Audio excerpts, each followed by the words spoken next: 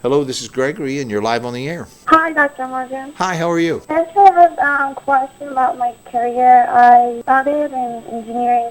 My passion always was in art. I recently figured out that art is the major that I want to work. So far, I've heard that you've gotten a degree in engineering, but that Yeah. art is what you've always wanted to do. So now I'm trying to make decision if it's the best decision that for my life. I'm not sure what are the steps that I need to make the better decision. How old are you? 30. And how many years did you study engineering? 20 years? 20 years of a 30-year life? Yes. 22 years? Yes. You ought to be pretty good at it by now, right? Yes. Could you make a pretty good living at that? Could you make a difference with people's lives through engineering? Not probably in other people's lives. Mostly. You know, somebody designed this thing, this Apple phone, that's engineering. Made a difference in my life and millions of other people's lives. In fact, it's changed the world. What kind of engineering do you do? Electrical engineer. Electrical engineering. Engineering is a very left brain activity. It's very logical, calculating. You're using mostly your left brain. Therefore, it is a rather masculine activity. Artistry is the right brain activity, and it is more flowing, it's more subtle, intuitive, and so therefore it is a more feminine energy activity, yes? Right.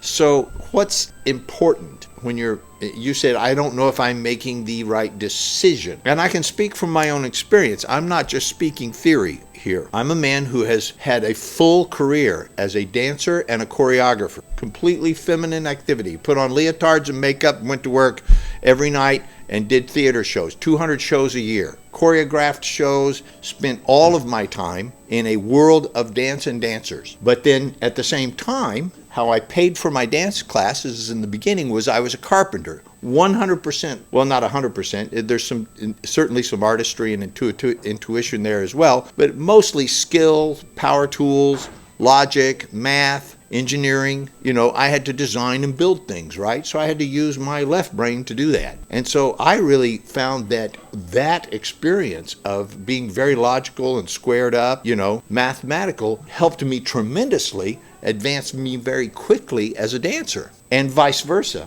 That my brain and right brain activity brought me to a place of being centered and able to move freely in both worlds and be able to build things and understand things and have insights into things that most people don't, because they're using more one side of their brain than the other. So what I'm pointing out to you is, don't give up one for the other. Yeah, right? I understand. Yeah, don't quit your job, which it sounds like you already did, and go buy an easel and some paint brushes and then start wondering where the rent's coming from. Especially 30 years old, it's nothing. You're not even, you're like still a kid. At 27 years old, I gave up my dancing job in New York City and moved to Paris and opened a school of dance and theater and martial arts. That took left brain, right brain. I had to do the math. I had built the darn studio myself with my friends and had to run this thing that I used to get paid for as a dancer. I had to figure out how to pay other dancers now. And in the meantime, I've had several other careers, and I have this career now, and